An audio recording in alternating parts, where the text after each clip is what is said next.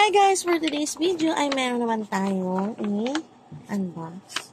And for the unbox is yung one of the best seller guys. In the Stars at may top 1 siya guys. Cover ya pa lang or label dito. Ang ganda. May shimmering dito siya guys. Na naka-imbo siya. Para mga glitters yan. In the Stars yan.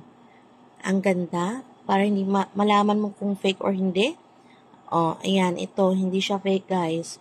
Naka-imbos yung barcode. Ayan. Meron din sa baba. Ayan. From US pala to guys. Siyempre, check na natin. Yung amoy nito. Oy, super bango nito guys. One of the best in the Stars ng Bath and Body Works. Starflower, basta sandalwood ang bango niya guys. Musk, sugar, D'Angelo, white, agarwood, radiant amber. Meron na siyang sandalwood at white agarwood. Ang bango nito guys at long lasting guys.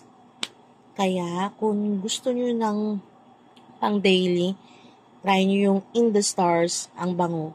Ayan guys. One of the best. May top 1. Ayan. May top 1.